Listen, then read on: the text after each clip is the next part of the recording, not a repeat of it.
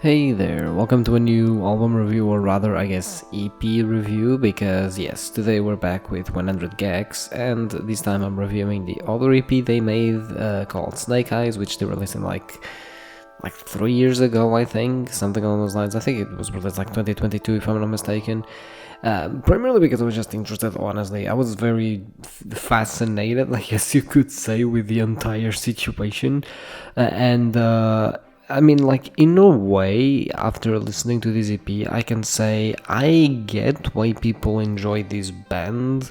Like, I think that the EP I listened to maybe had a little bit too much, I'm gonna say, randomness to it, as in, like, I think that it had way more constant changes. This EP, first of all, this EP has 3 songs, they're pretty much all 2 minutes long. Like, this EP is like 6 minutes long, right? Or like 7 minutes long or something, which is very interesting to me because it's quite. I think it's like the shortest EP I have actually ever reviewed on the channel. But yeah, basically, and what I can essentially is something that I've realized with 100 gecs is that I think that it's kind of wrong to see them as a sort of band in a way, as in, like, they're not a typical, you have a producer and you have an artist that sings, right? Like, for example, Billie Eilish, mostly she's a singer, the brother produces the songs, right?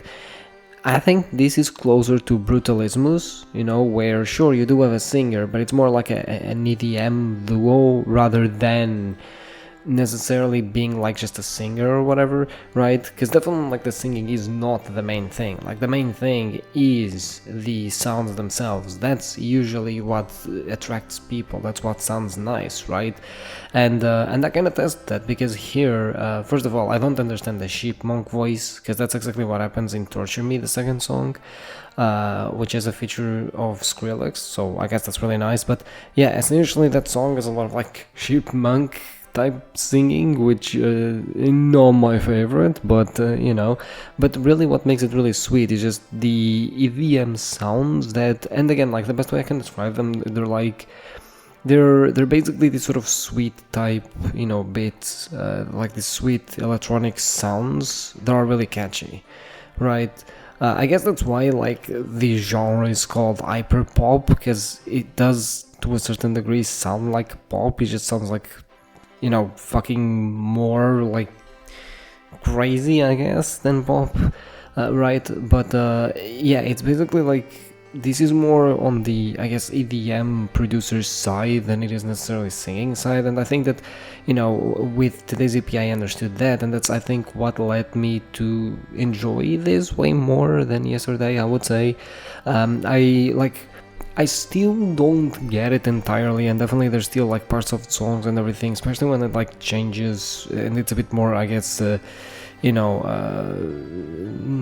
not brutal that I want to use, like, that's not what I mean. It's more like it's rough, right? You know what I mean? It's like very rough, it's very drastic, right? When songs do that, I still don't necessarily enjoy them too much, and I do, like, I just don't think it's a good thing.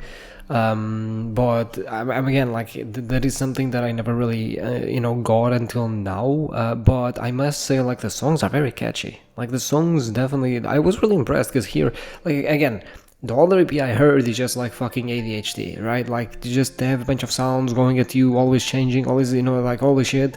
This was way more consistent, definitely way more consistent, right? You still have the emphasis on the, the, like, auto-tune type voice, to the point where it sounds like fucking chipmunks, and you definitely have a lot of the, focus on the, especially the like the production, the electronic sounds are very, like, specifically, like, sort of sweet, you know what I mean? Like, I guess that's, sort of pop, and it's really catchy, right? But here, and look, I think the songs being this small also helps it, but here definitely you do have a lot more catchiness, and the songs definitely don't pivot as much has in the other EP, so it definitely makes it way easier to digest what they are doing. I think that to a certain degree it does make them less unique, but at the same time it does help you understand the songs more, and it helps you like actually know what the fuck is going on in the songs and everything. So I would say that as a whole it's actually a positive and something that I actually appreciate. I specifically enjoy the song Runaway. Like in a way, like I find it funny because Torture Me is the song that has the feature from Skrillex, but Runaway is the one that reminds me the most about his songs. Not necessarily the drops. I think when people think about Skrillex, they think about these drops, but more the like catchiness of the sounds that Skrillex songs have. Like for example, what's the song? Like Scary Monsters and Nice Sprites, I think. I think that song is by far the best example of what I mean, right? It's like the sounds sound really nice, they sound catchy, right? And Runaway sort of sounded a lot like that to me, right? It had that sort of vibe of, oh, this is really catchy, you know? Yeah, in a way it's out there, just like how Skrillex was when, you know, for a lot of people, because a lot of people didn't exactly know what dubstep was or what bro step was, because I guess, you know, that's sort of the distinction of genres people make nowadays, right? So it was sort of so out there, but it sounded nice, right? And that's sort of like my experience with an Android gecs here. It's definitely out there, but it sounds nice, right? And obviously DZP came out like I think 8 years after the other one, or 6 years after the other one, or something like that. I think the other one came out in 2016, so yeah, 6 years after the other one, right? So it's understandable that they already have way more experience and whatnot, right? They have figured out their sound and whatnot, right? But definitely it's one of those things where I appreciate the uniqueness that they have, and I definitely appreciate, first of all, how good they sound. I think that's actually really underrated. As much as sometimes they might have, you know, sounds in there that sound a little bit more like distorted or way like higher pitch or whatever, right, that don't quote unquote sound as nice. I think that's just sort of the quirkiness of it, and I think it works in favor of that entire like quirky sort of tone that the entire song is going for, right? Even if I don't appreciate it sonically as much, because like the rest, and like again, it's sort of the same thing with the singing. The singing shouldn't sound good, right? Like the singing it sounds like almost a meme to a certain degree, but like it works in the song somehow, right? It just kind of works, like it's very like well, like it synergizes really well with the rest of the sounds, right? So I think that definitely, you know, they're onto something on that regard, because the rest of the sounds are just very nice. They're very catchy, they sound really nice and whatnot, right? They're just very bubbly, you know, they're very like bubblegum type deal, and they're definitely very pleasant to hear. So I think that it's so like bizarre to sort of hear these, you know, bubbly elements on an EDM song, right, or from an EDM song being combined with what I can only describe as just either noise or meme singing from fucking early YouTube shitpost days, right? Like we're talking an annoying orange level of fucking singing, right? And to me that's just so fascinating, because those are the type of things that when you think about them you go, yeah, like you do this in a song, you're ruining the song.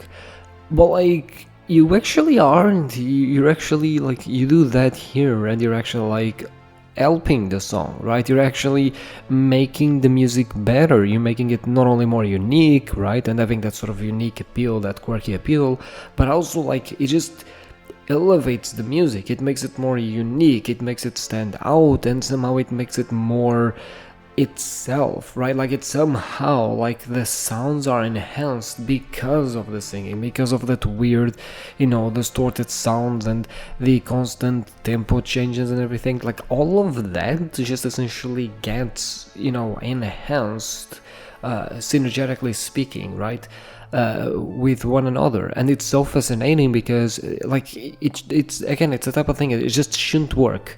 Like on paper, if you tell this to someone, like on paper, if you tell someone, oh yeah, by the way, there's a genre of music where people try really hard to like have this sort of EDM produced bubblegum type pop sounds, and then they combine them with pretty much auto-tuned, like almost screaming singing sometimes, or rapping, right, and with sounds that sound really distorted and constant tempo changes.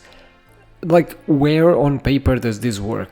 Because on paper, someone like you tell someone this and they go like, yeah, that doesn't work, right? Like that's just stupid. And yet, when you actually like make songs with it and whatnot, it really does, right? Yesterday, I was more fascinated by the uniqueness of it, definitely. And again, like I did find the songs a little bit more unfocused. But today, I think that I was able to see the strengths of these EP. Like again, I haven't exactly heard much, I guess, quote unquote hyper pop before or whatever, right? Like 100 gecs is like as the first artist. I was aware of the genre, but 100 gecs is like the first artist or whatever that I'm hearing from this, so it's not like I have a lot of experience. Maybe it's just 100 gecs that does this, right? And but regardless if they're the only ones that do this, or if the genre does this and whatnot, all I know is that they do it pretty well, because honestly I enjoy the songs quite a lot. This is not even the I would put this on the background. No, like this is the I will actually choose to listen to this,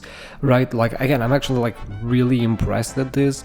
And again, like this is why I love sort of doing this project, is that I'm glad I gave them a shot, because I was just like, well, I need to review something every day, and I know that a lot of people listen to them, and I've heard friends talk about them, so I'm just gonna listen to them, give them a shot, and I'm glad I did, honestly.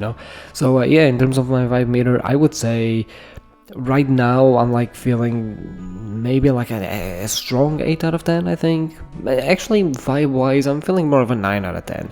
That might be a bit too much, but again, it's all about vibes here, and vibe wise it's a 9 out of 10 for now, so I'm gonna leave that for now. But yeah, I'll see you tomorrow with a new album review.